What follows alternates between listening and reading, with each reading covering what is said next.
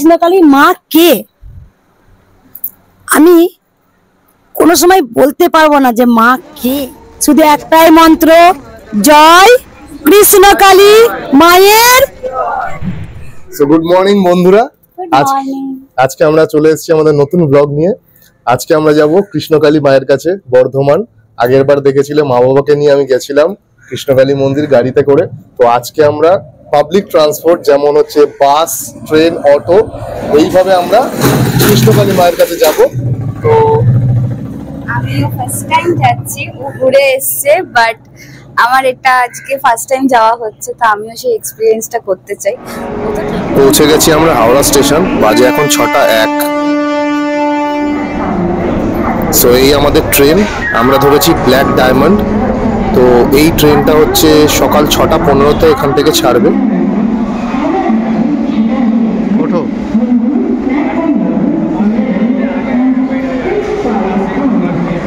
তো বন্ধুরা, ট্রেনে উঠে পড়েছি আমরা, পুরোপুরি রেডি পৌঁছানোর জন্য কৃষ্ণকালী মায়ের কাছে।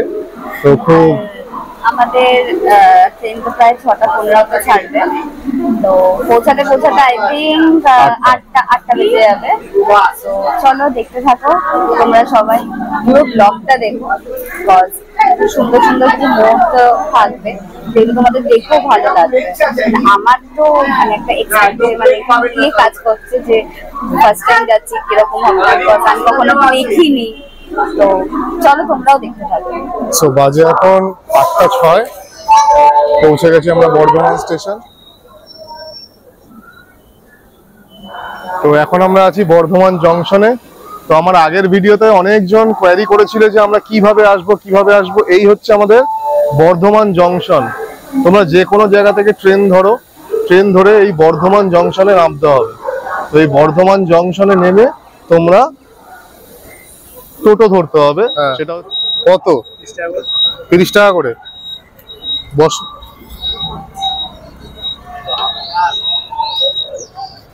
আমরা এখন বর্ধমান থেকে টোটো ধরেছি ইসলামাবাদ যাওয়ার দিকে।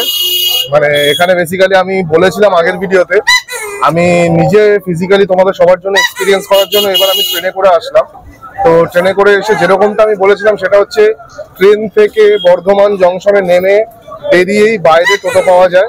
সেখানে টোটো অ্যাভেলেবেল আছে, রিকশা অ্যাভেলেবেল আছে, অটো অ্যাভেলেবেল আছে, সব রকম ট্রান্সপোর্টই অ্যাভেলেবেল আছে। সব রকম অ্যাভেলেবেল। তো সেটাই আমি নিজে ফিজিক্যালি এক্সপিরিয়েন্স করার জন্য আমি আসলাম। তো আমি এখন টোটো ধরে নিয়েছি, তোমরা দেখছো আমরা টোটোয় বসে আছি। তো এই টোটোটা আমাদের ইসলামাবাদ নিয়ে যাবে। এখান থেকে ভাড়া খুব বেশি নয়, মাত্র 30 টাকা পার হেড। আজকেও সেই ভিড় হয়ে গেছে। এই হলো লাইন। সকাল 5টার সময় আমরা বেরিয়েছি বাড়ি থেকে। অনেকজন ভোর 4টে-5টা আরো আগে থেকে বেরিয়েছে। কেউ 200 কিলোমিটার গাড়ি চালিয়ে এসছে, কেউ নানান রকম ভাবে এসছে। তো আমাদের এখন লাইন এতটা দূরে। এই ভক্ত মা গন্ডি কেটে যাচ্ছে মায়ের কাছে, কারণ এনার মনস্কামনা পূর্ণ হয়েছে। ইনি মায়ের কাছে মানত করেছিলেন যে তার মনস্কামনা যদি পূর্ণ হয়, সে এখান থেকে পুরো গন্ডি কেটে তার কাছে দর্শন করবে। তোমরা দেখতে পাচ্ছ এই শ্রদ্ধা এবং ভক্তির কত মহিমা, মায়ের কত মহিমা। প্রায় 4 ঘন্টা দাঁড়ানোর পর মায়ের মন্দিরে প্রবেশ করতে পারলাম। জয় কৃষ্ণকালী মায়ের জয়, জয় সোনা মায়ের জয়। দেখ আমি হাসি, সবাই হাসছে। জয় কৃষ্ণকালী মায়ের জয়, জয় সোনা মায়ের জয়, জয় মঙ্গলা মায়ের জয়। যেমন এই বাবা যতবার এসছে, যতবার নয় 2বার এসেছে বাবা, কিন্তু আমাকে বলেন যে মা ভিডিও করবো। অবশ্যই হ্যাঁ বলি, তার কারণ আমাকে যারা জিজ্ঞাসা করে প্রত্যেকটা আমি বলি যে হ্যাঁ ভিডিও করো, কারণ আমার ভিডিও থেকে এখন কারোর ভিডিও দেখতে বেশি ভালো লাগে আমার। আমি দেখেছি, আমার ভিডিও হয়তো দেখি না, রাত হলেও একবার অন্তত দেখি। যাই হোক, আমি জানি এই বাবাকে অনেকজনা খবর নেন যে কোথায় কৃষ্ণকালী মা, কোথায় আছেন। বাবা হয়তো বলে দেয়, এরকম আমার অনেক ইউটিউবার আছে, তারা মায়ের সম্পূর্ণ ঠিকানা বলে দেয়, কারণ আমাদের কাছে ফোন ধরা সময় হয় না। প্রতিদিন ভক্ত দেখতে দেখতে ক্লান্ত হয়ে পড়ি। তাই অনেক বড় বড় ইউটিউবার আছে, তারাও কিন্তু মায়ের অ্যাড্রেসটা দিয়ে দেন, কিভাবে যেতে হবে, কেমন করে যেতে হবে। আর আমরা তো ভিডিও দেখেছেন যে কিভাবে মানুষ উপকৃত হচ্ছে, যার বাঁচার কথা নয় সেই ভক্ত এসে বেঁচে ফিরে যাচ্ছে, যার জীবের ক্যান্সার হয়েছে, অজান্তে মায়ের শুধু নাম জাপ করেছে জয় কৃষ্ণকালী মায়ের জয়, সেই জীবও কিন্তু আস্তে আস্তে ভালো হয়ে গেছে। কয়েকদিন আগেও ভিডিও দিয়েছি, এক বাচ্চা জলে, 12 বছরের বাচ্চা জল একদম চলে যাচ্ছিল, বুঝতে পেরেছে। তার আগে 2 দিন আগে, মারা যাওয়ার আগেই 2 দিন আগে ভিডিও থেকে আমার ইউটিউবে কৃষ্ণকালী মায়ের ছবি নিয়ে বাড়িতে প্রতিষ্ঠিত করেছে, সেই মেয়ে বেঁচে গেছে।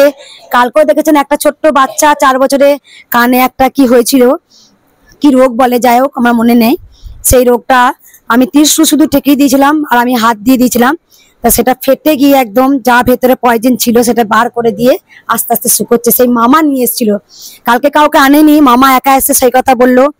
আজকেও বাবা তুমি নিজেও শুনলে কত সুন্দর সুন্দর মিরাক্কেল কাজ করেছে।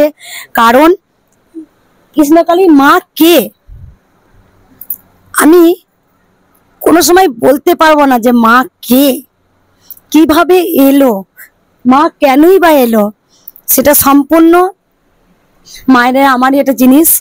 কারণ মা, আপনারা জেনে গেছেন, মা নিজে থেকে নাম দিয়েছিল কৃষ্ণকালী আমার নাম হবে। এমনকি মা বলেছিল আমার হাইট হবে এতটা, তাই মায়ের হাইট কিন্তু এতটাই হয়েছে। মা বলেছিল আমাকে খুব বড় করবি না, আমাকে বাচ্চা রূপে আনবি।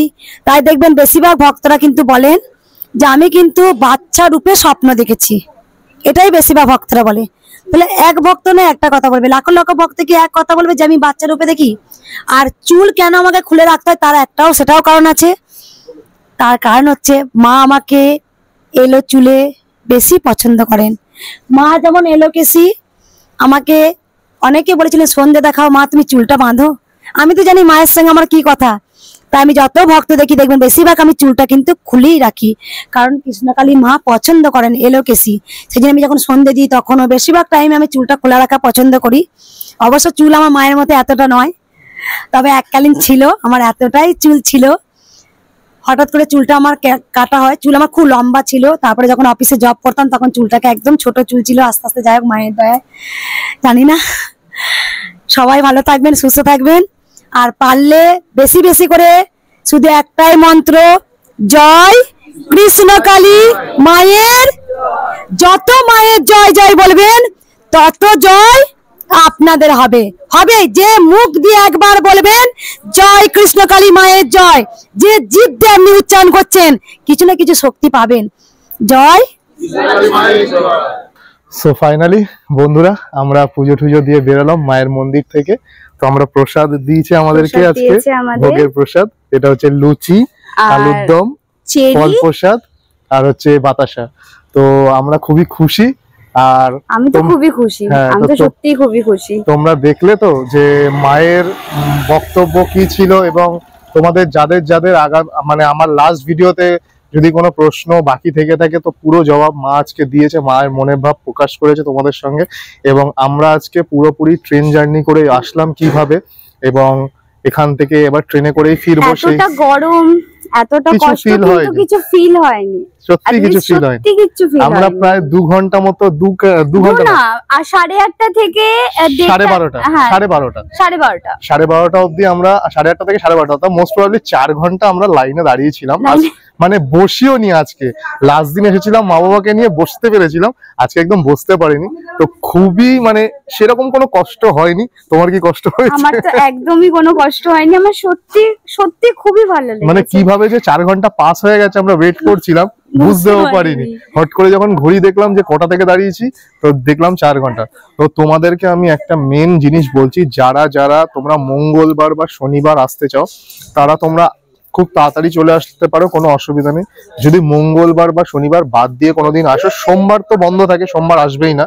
যদি সোমবার বাদ দিয়ে, সোম মঙ্গল আর শনি বাদ দিয়ে যদি কোনোদিন আসতে চাও, তো এই জায়গাটায়, এই বর্ধমান এলাকাতে মোটামুটি তোমরা 12টা থেকে 1টার মধ্যে যদি ঢোকো তাহলে প্রপার তোমাদের ওয়েট বেশিক্ষণ করতে হবে না। বিকজ নর্মাল ডেসে মঙ্গলবার আর শনিবার, বলো বলো বলো কি বলছো? দুপুরবেলার দিকটা বেসিক্যালি একটু ফাঁকা থাকে। হ্যাঁ, তোমরা যদি আসতে পারো দুপুরবেলার দিকটা, পারলে আসো। সকালবেলার দিকটা একটু ভিড় থাকে, তো তার জন্য বললাম যে দুপুরবেলার দিকটা আসো।